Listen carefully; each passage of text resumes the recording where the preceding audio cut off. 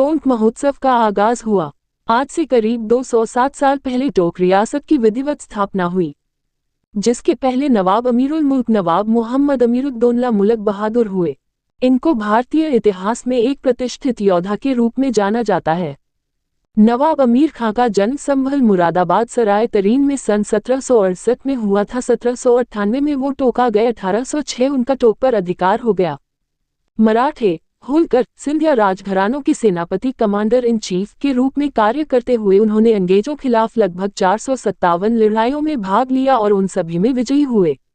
नवाब अमीरुद्दौला खान साहब के पास 200 तोपों का जखीरा था, वहीं उनकी फौज 60,000 थी। अंग्रेज उनसे खौफ खाते थे। यही वजह थी कि अंग्रेजों ने जो क्षेत्र संधि में दिया वो बिखरा एवं काफी दूर दूर था। नवाब दौला खान साहब बहादुर भारत के सबसे शुरुआती स्वतंत्रता सेनानियों में से एक है। वे धर्मनिरपेक्ष शासन के प्रतिमान थे। इतिहासकारों ने उन्हें गंगा जमुनाती के जनकों में से एक बताया है। उनकी धर्मनिरपेक्षता का एक उल्लेखनीय उदाहरण यह है कि उन्होंने अंग्रेजों के साथ संधि पर हस्ताक्षर करने का काम अपने हिंदू मंत्री लाला निर्जन राय साहब को सौंपा। उनके प्रति नवाब साहब का गहरा विश्वास और सम्मान था। 9 नवंबर 1817 को अंग्रेजों संधि प्रक्रिया शुरू हुई।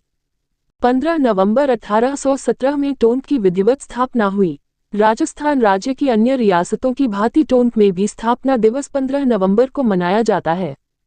एक और उल्लेखनीय घटना जब घटी जब नवाब साहब ने सेनापति के रूप कार्यरत थे।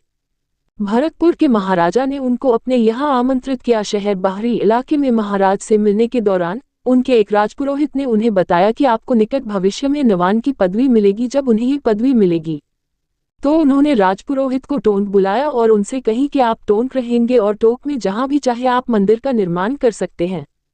उन्होंने रघुनाथ जी के नाम से मंदिर का निर्माण कराया। यह मंदिर टोंक की तख्ता कॉलोनी में बनाया गया था और आज भी नहीं खड़ा है।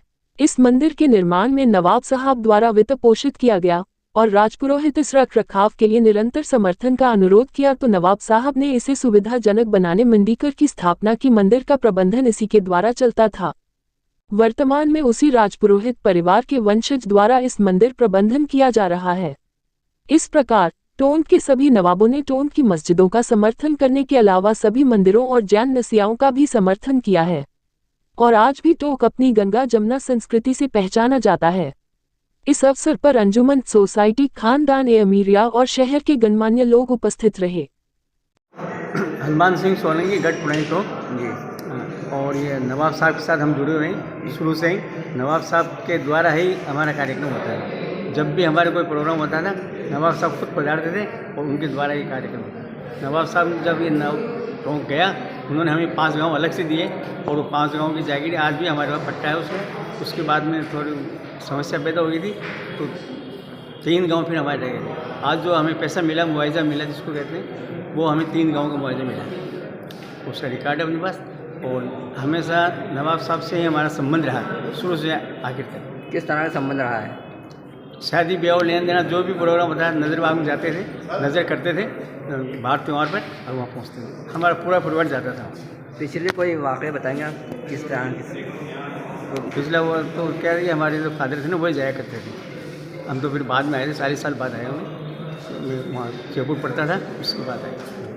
कौन कौन सा गाँव की रियासत वो आपको दिए गए थे? हमें दिया गया था करेरिया, ढोलाखेड़ा पहले, उसके पहले तो वो महुआ भी था और सोरन, लेकिन बाद में 2 गांव खत्म हो गया। ढोलाखेड़ा और करेरिया 2 गांव रह गए। तो उसके एवज हमें टोंक में ज़मीन दे दी गई, टोंक शहर में ज़मीन दी गई।